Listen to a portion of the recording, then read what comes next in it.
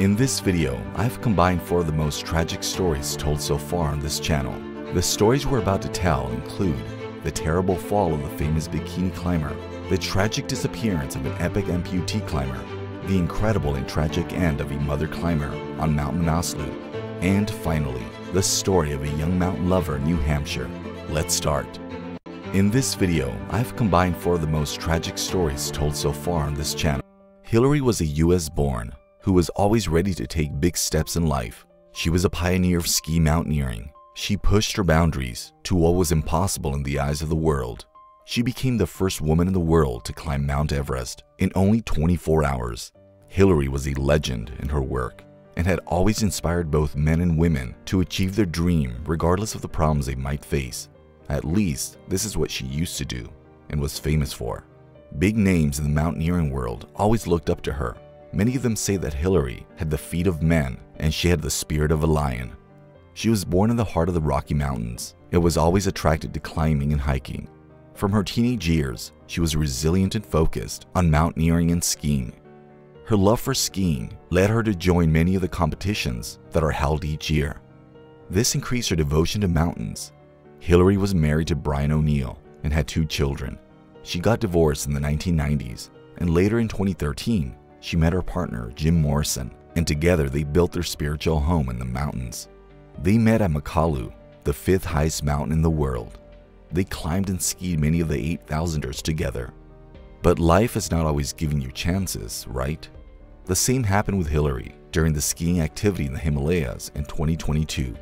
She and her partner, Jim Morrison, went on the adventurous journey of Mount Manaslu, which is 8,123 meters, 26,781 feet.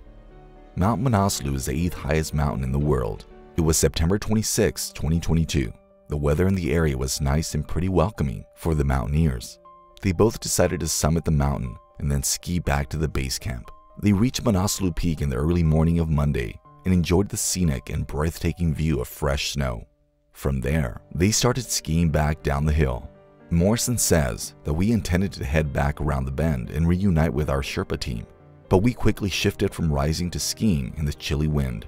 After a few rounds, Hillary followed me and started a small avalanche. She lost control and stumbled. She was swept off her feet and dragged almost 5,000 feet down a steep slope on the opposite side of the mountain from the climbing trail. Morrison tried to look for Hillary everywhere possible, but to no avail. He was devastated to lose his loving partner in front of his eyes, as he could not do anything. Once he knew he could not do anything to help Hillary, he instantly descended back to base camp in the hope to get help from the professionals to get Hillary back, safe and sound. He could see his life draining colors of love and happiness, as he could not see Hillary in it anymore. On the same day, when Hillary went missing in the avalanche, another Nepalese man died due to an avalanche caused at the low elevation on the same mountain. Several others were injured, as many of the mountaineers and guides were on their way to reach the summit of Mount Manaslu that day. The weather was getting worse, and the result was an avalanche that happened to engulf the world-famous ski mountaineer Hillary. Since the weather was really bad, the research team couldn't find her. However, with an aerial search, they could see a ski and some clothes. It had to be related to Hillary, but they could not step forward because of the worsening weather. They started their search for Hillary the next day, and on Wednesday, they were able to find her. It took them 1 hour to retrieve the body from under the snow. Her body was lying 6,200 feet from the summit. The body was intact, however, it was badly damaged. Gamir asserted that the body was flown to Kathmandu and transported to a hospital there for an autopsy after being brought to the summit's base camp. She underwent a post-mortem at Tribhuvan University. She was given a Buddhist funeral. Her body was cremated on 2nd October 2022 in Nepal, Kathmandu. Morrison was seen alongside her body throughout her hospital visits till her cremation. He said that his loss is indescribable, and he is worried and focused on her children now. He always looked up to Hillary as the most inspiring person in the world, and now, after she has left this world, her spirit and courage will guide him. Many of my friends, colleagues, and family members attended the funeral in Kathmandu. Her remains, which were lying on a mound of wood, were decorated with flowers and scarves.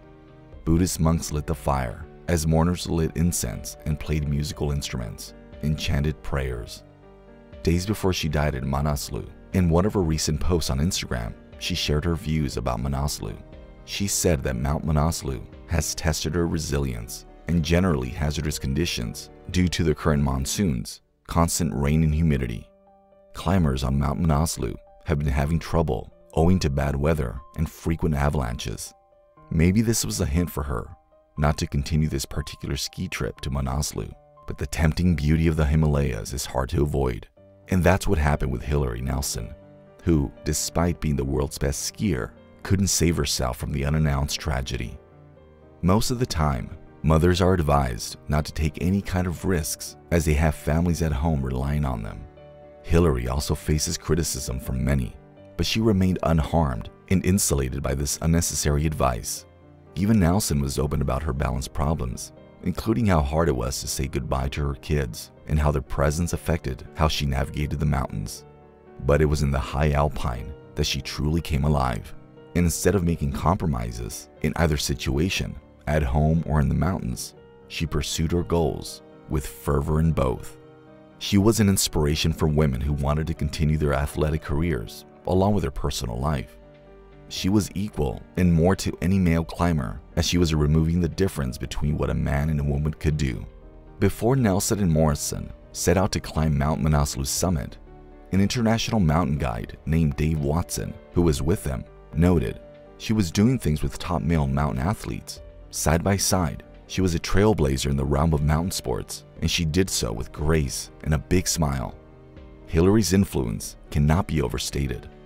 After Hilary took her last breath in the scenic beauty of the Himalayas, many of the female athletes and mountaineers remembered her as her true inspiration. Melissa Arnott Reed, the first American woman to climb Everest without supplemental oxygen, met Hilary Nelson on Everest 10 years ago. On the expedition, when Nelson completed the Everest Lhotse Double in 24 hours. She described Hilary as so strong, so driven, but so willing to be vulnerable. It's difficult for a female in this industry to be vulnerable without appearing weak, but she did it flawlessly and showed me what was possible. Following Miss Nelson's record-breaking ski descent from Lhotse in 2018, Billy Birling, the director of the Himalayan database, who maintains track of all expeditions in Nepal's Himalayas, met Miss Nelson. She expressed her respect for Hilary by saying that it was amazing to meet her. She was a great ski mountaineer. She further said that men will rule the entire mountaineering scene. However, Hilary was an extreme skier, and mountain skiing is also largely a male sport, though you do have some amazing female climbers.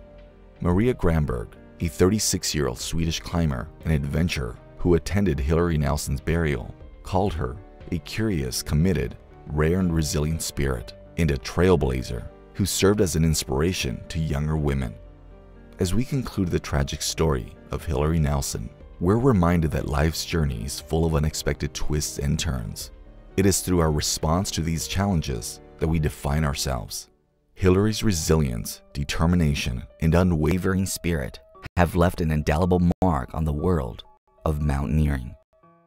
In this video, I've combined 4 of the most tragic stories told so far on this channel. Death comes for us all, but it arrives too soon for some, stealing away the brightest lights among us. Such was the fate of Zsolt Eros, a man whose spirit soared higher than the mountains he climbed.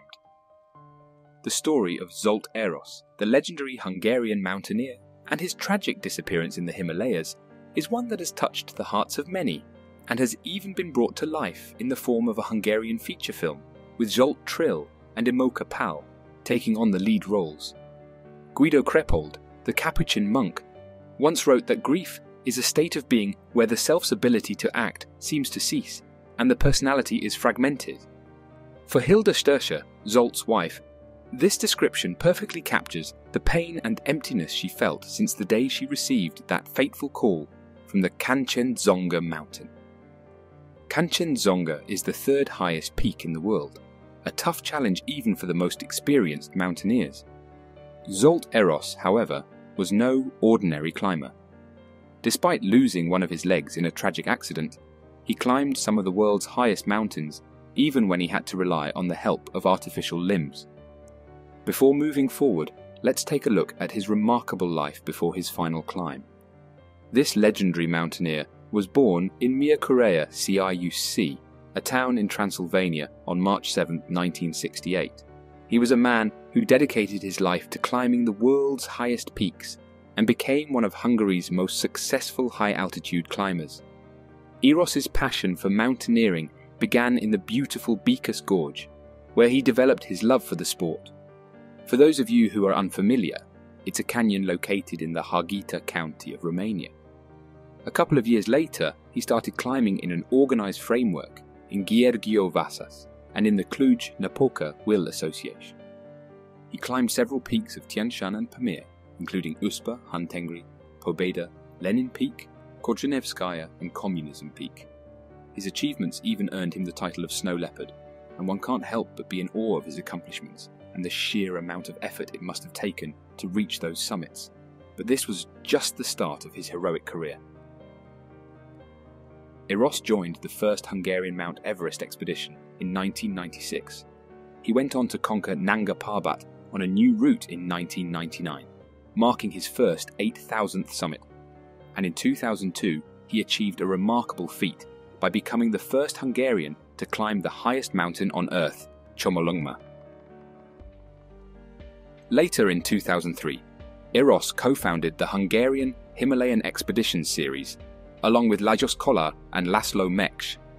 Through this initiative, he continued his mountaineering expeditions and successfully climbed 6 more 8,000-meter peaks in the following years.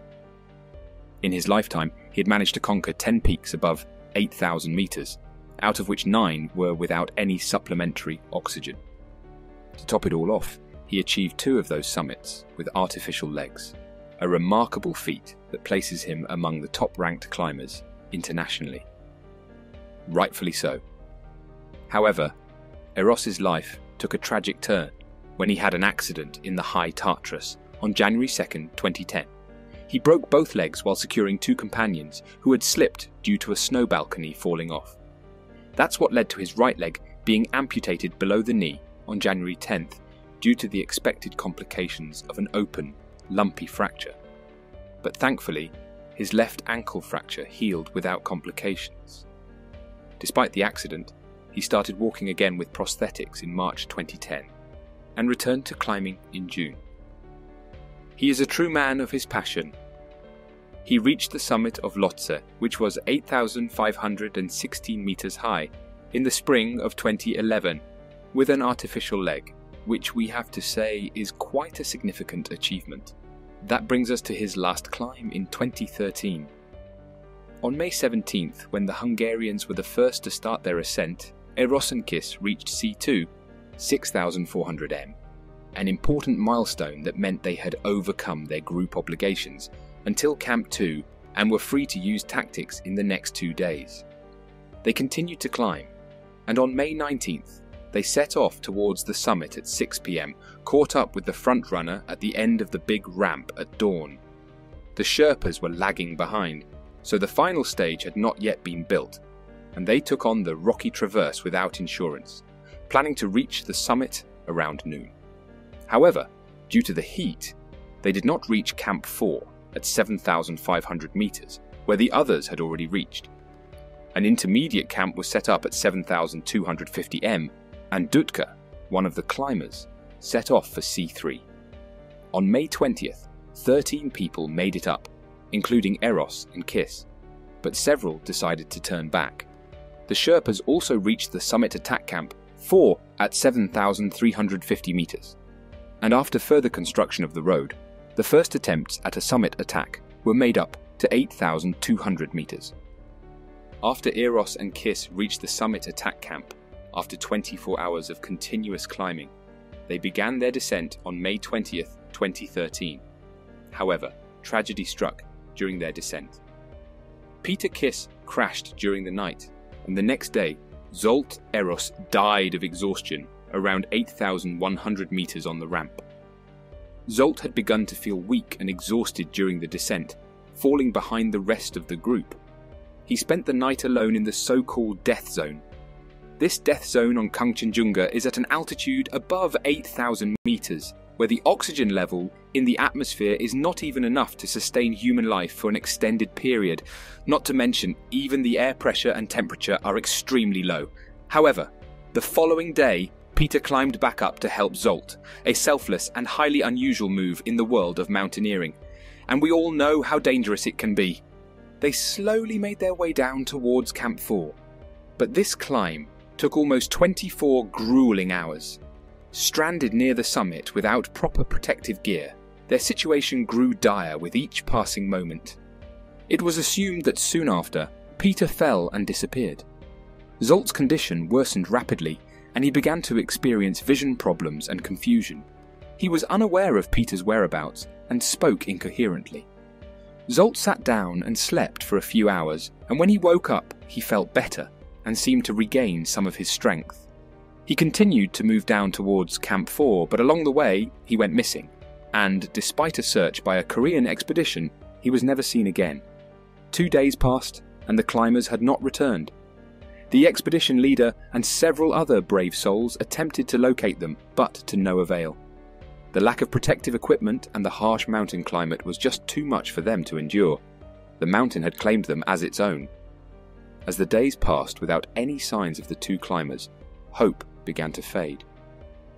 Eventually, on May 22nd, the expedition leadership had to make the heartbreaking decision to declare Peter and his companion missing, as the search proved fruitless.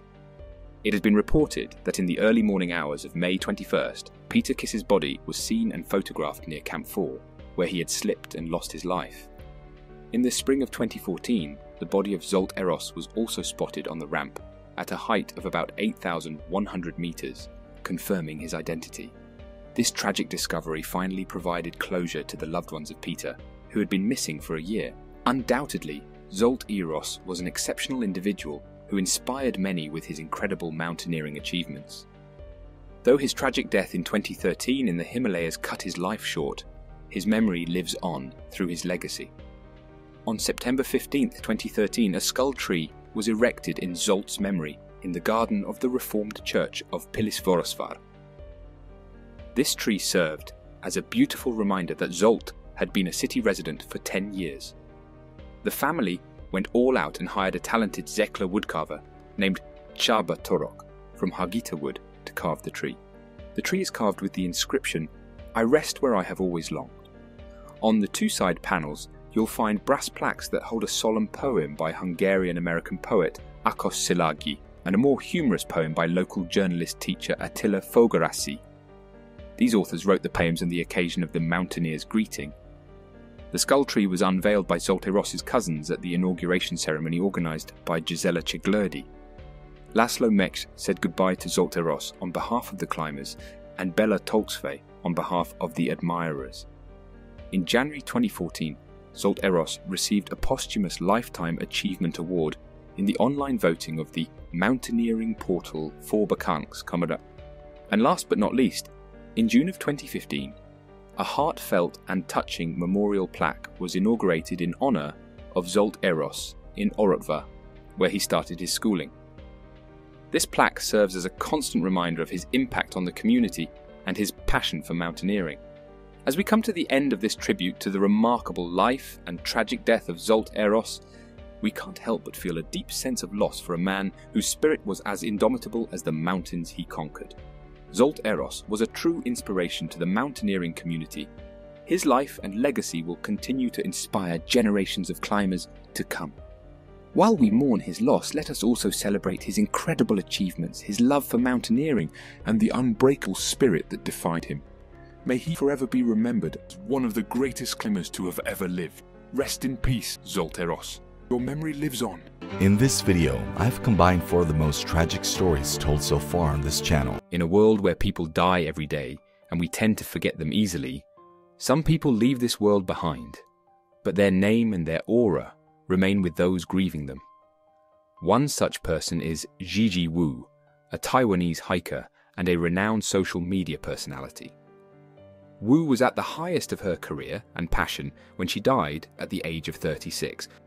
Wu was on a solo track to the Yushan National Park, home to Taiwan's highest peaks, which reach almost 4,000 meters, 13,000 feet. She died by falling into a ravine, She didn't die on the spot after falling.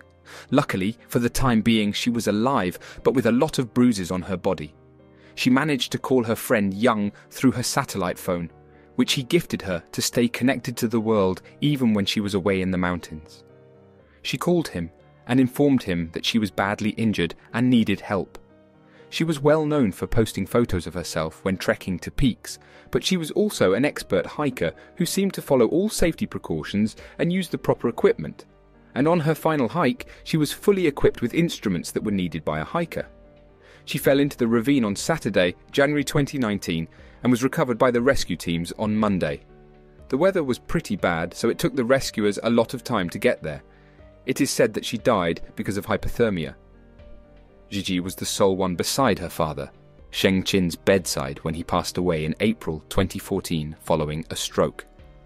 He was 63 years old. Later that year, when Gigi's employer, an international trade company, asked her to travel to China, and she evaluated her life and her purpose in life. Around this time, she decided to quit her job, stay at home, and invest the money she had saved up during her 20s in a hobby that would allow her to escape this excruciating new pain. A hobby that took her life abruptly: hiking.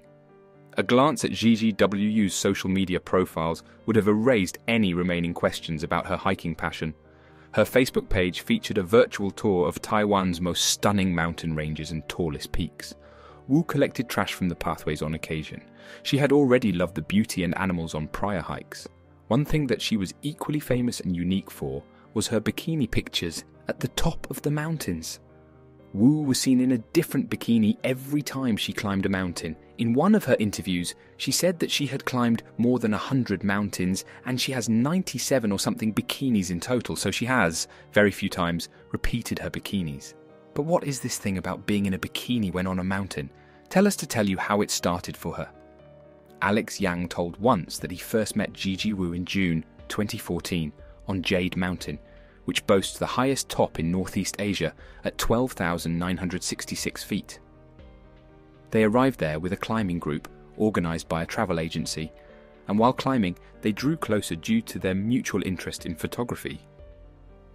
Yang was still surprised when his new friend decided to set up a photo shoot at the peak after stripping down to a bikini top. When he asked, "What is this, and why does she take pictures in a bikini when on the peak?" Wu then told him about a task she set for herself and a dare her buddy offered her.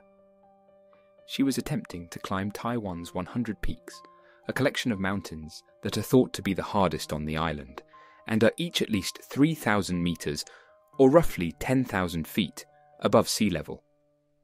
Additionally, she had lost a bet with a friend along the way, and the payback was that she had to pose in a bikini when she reached her next peak.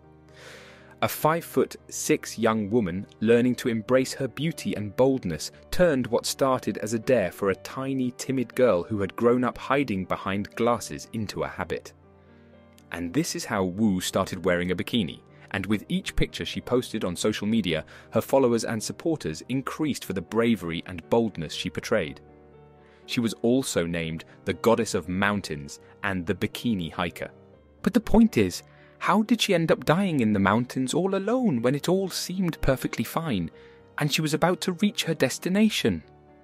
Before we go into details, let us tell you that many of the people on social media bashed her for being distracted while taking selfies, or many of them said that the reason she fell off the ravine was that she was wearing a bikini. Now, we know this sounds absurd and stupid, because how come a person dies because of wearing a bikini? However, a surge of bogus headlines led people to assume she died because she was dressed inappropriately and sought internet attention. As an example, a newspaper reported that a bikini hiker was captured freezing to death while posing on a mountain's peak. The Daily Mail, for example, used 7 photographs of Wu in bikinis to illustrate its report, with sarcastic remarks about the clear risks of climbing in inappropriate gear. Such coverage generated a barrage of criticism on social media. But yeah, one acceptable thing is that while trekking and hiking, there should be proper dressing so that it can save you from any danger. And Wu, being a professional hiker, was properly dressed. Gigi Wu started her journey on January 11th, 2019, by traveling to Yushan National Park in Taiwan. She took 3 trains and a bus to finally reach a hotel nearby. Yang had assisted her in purchasing food and photography supplies, including bread, cheese, steak, coffee, rice milk, pineapple cakes and noodles. She planned to start on the well-known Batongguan historical track before deviating, without official permission, onto a perilous, unauthorized Aboriginal track that neither she nor her trekking companions had ever attempted. She changed her path for an unexplained reason. A circuitous route would be taken by her, starting and ending in the Dongpu hot springs west of the mountains, where Yang planned to meet her the next day. As we told you earlier, Wu was a very professional hiker, as before starting her adventures, she contacted the weather department and asked for a weather report. According to that report, the skies were supposed to be clear on 18 and the 19th of January. On the first of those days, she posted a photo of a cloudy sky with the caption, "Celebrating today" on Facebook immediately before heading down Jupan Mountain's 223-foot northwest face, only if she knew this would be her last post before saying goodbye to this world. The weather predictions had been off. It ditched her. The situation became worse every hour.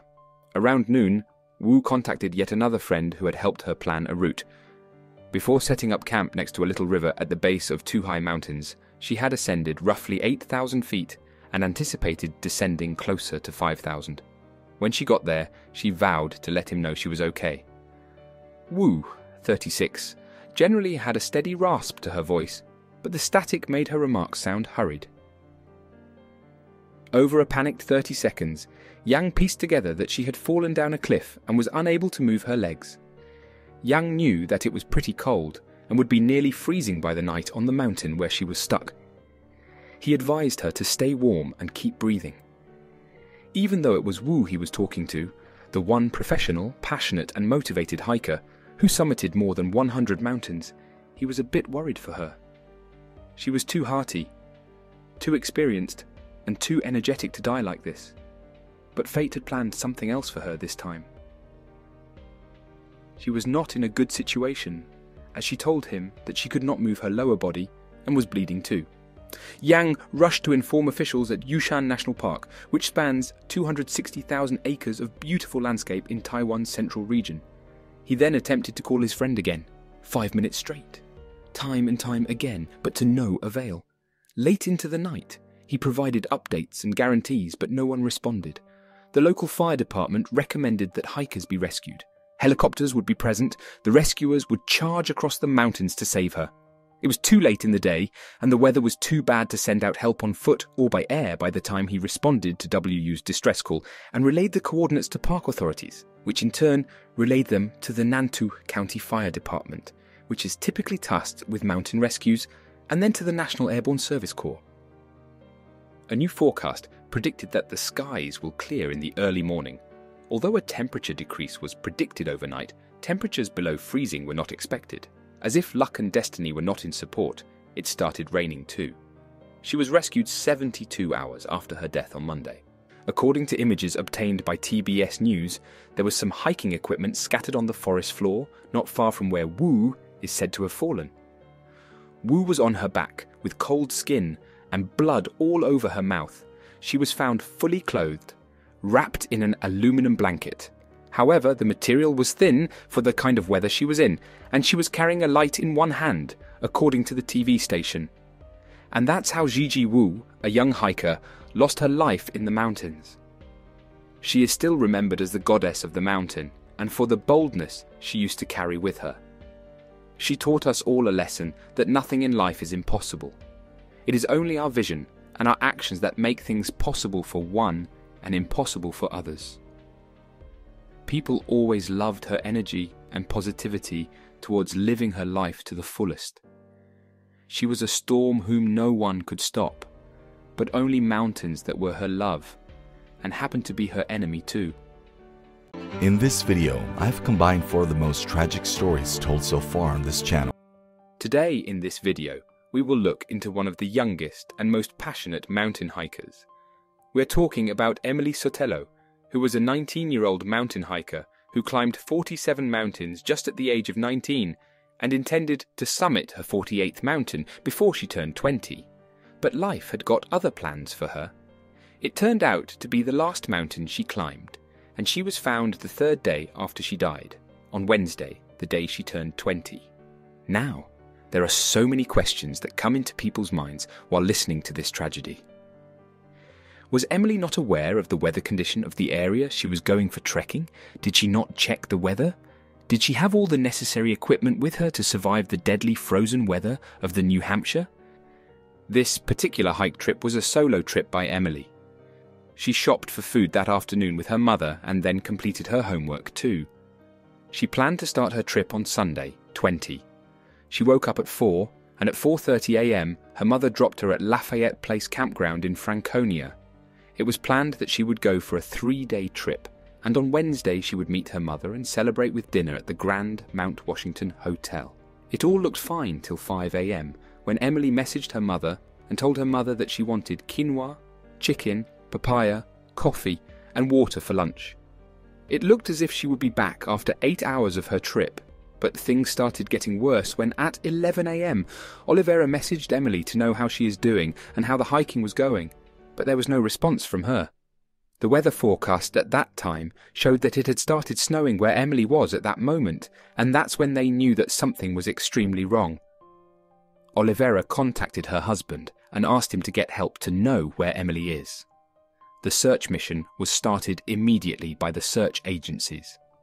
Agencies like Rescue Team, the Androscoggin Valley Search and Rescue Team, Mountain Rescue Service, Pemigewasset Valley Search, the Upper Valley Wilderness Response Team, and the White Mountain National Forest all started looking for Emily. Since the weather on Monday was really bad, as a wild freezing wind was blowing, there was snow everywhere, and it went up to the searchers' knees and belly, so it took them 2 days to locate Emily. On Tuesday, with lots of hardships and struggles, few of the searchers were successful in finding belongings of Emily near the headwaters of Lafayette Brook. But as the weather was really bad and it was getting dark, the search for Emily Sotelo was called off for the day. On Wednesday morning, the search started again, and after almost 2 hours of extensive search, the searchers were successful in finding Emily Sotelo's body near the headwaters of Lafayette Brook, 3/4 of a mile, 1.2 kilometers, from the trail, at around 11:15 a.m. The 4-day search efforts were packed with a lot of hurdles like high winds, blowing snow, and freezing cold temperatures. Just to know and declare at the end that Emily Sotelo could not survive the harsh conditions of the New Hampshire. Oliveira reported that her daughter had checked the weather, and it seemed clear just to confirm she also checked the weather. But they only saw the forecast for the area where they were staying in Franconia, and that's the mistake that they both made. They didn't check this weather forecast for the region's higher summit. It was predicted to go below 5 degrees and below zero, -15 and -20 degrees Celsius, on Sunday, with wind gusts of up to 95 miles per hour. When Oliveira was asked about this, she said that the weather didn't look that bad. It seemed as if it was just another normal day. She also said that she didn't know much about mountains and the weather in the highest region, so she could not get the idea that it would be this bad. Along with this one big mistake, there was another that was reported after Emily was found. As per Keeneland, Emily was not carrying any necessary equipment that a hiker must have when he or she is going on hiking in such freezing cold weather. When the researchers looked into her stuff, they found no maps, no compass, no torch, no headlamps, and no matches. There was no backup battery pack too. However, New Hampshire Fish and Game Law Enforcement's Major David Walsh reported that when a hiker is planning to climb the New Hampshire, it is a must for him to be equipped with the necessary stuff, and more than that, a hiker must be prepared to encounter the worst situations up there. A hiker should be well aware of the weather conditions and should prepare accordingly. He must have suitable clothes. Extra clothes, headlamps, food, and match are a must to carry, but Emily, unfortunately, didn't have all this. And maybe this is the reason that she couldn't bear the brutal cold and died. Fish and Game Officer David Walsh warned the other hikers to stay active and come prepared when planning to hike on the White Mountains of the New Hampshire. Oliveira had been devastated after she got the news of her young, passionate, and beautiful daughter's death. only if her mother knew that this was the last hiking trip of her daughter, and she herself was dropping her to the place that would swallow her daughter to death. She also said that when they lost their connection with Emily on Sunday, she knew there was something wrong. When after hours they were not able to get in touch with Emily, she understood that she had died. She was then just waiting for her body to arrive. In her funeral speech, Emily's mother named her a shooting star that brightens the world with her shine and purity, but it burns so fast. She left when it was the peak of her life, when she was just about to enter her 20s and explore the world in a new way, but life didn't give her a chance. Once in an interview, she said that my daughter, my dearest Emily, was bent on making this world a better place to live in. She always wanted the best for people, but now she is no more, and she would do anything to bring her daughter back. But it is not possible. And this is what hurts, to realize that you cannot do anything to change what has already been done. People from the hiking community and family and friends of Emily Sotelo paid tribute by remembering her as a kind-hearted girl. She was always seen smiling, as one of her friends said. Jessie Callahan remembered her as scared and desperate. She said that once in summer, Emily was with her hiking, and it had been a treat to see this young woman being so addicted to it, and she had a great vision for her upcoming adventures. Callahan said that Emily was happy to be in the woods as if she belonged there. To pay her tribute and to give information about safety measures, Emily's parents have opened a non-profit foundation in her memory. This foundation represents both a recurring theme of her life and the lessons to be taken from her death. The name of the organisation goes like this: the Emily M. Sotelo Safety and Persistence Foundation. Emily was known for her kind, humble and sweet nature. From what we know, she loved to work for the betterment of people. She was also great with animals and provided deep care for a pet gerbil, and she also started a therapy project for the nursing home residents. Not only that, but she was also the head of the community service for the Door initiative and the PR chair for the Big Door, Lil Door. With so much love and passion for human betterment, she worked hard. But who would have thought that this young blood was not going to live it all? But that's just a small tinge of sadness. Emily already did a lot for people around her, and she was a human who knew the true meaning of being a human, and she proved it with her efforts and love towards her parents, friends, and people around her. With all this going on in her life, she was a dreamer too, who dreamt of being a hiker one day, and she became one. She had been hiking for the past 2 years before she died, and had climbed more than 40 mountains of New Hampshire's 48 peaks, over 4,000 feet, 1,219 meters. This is a dream of every young person who plans to become a hiker, and Emily lived this dream. But the dream to summit the 48th mountain was broken only before she turned 20.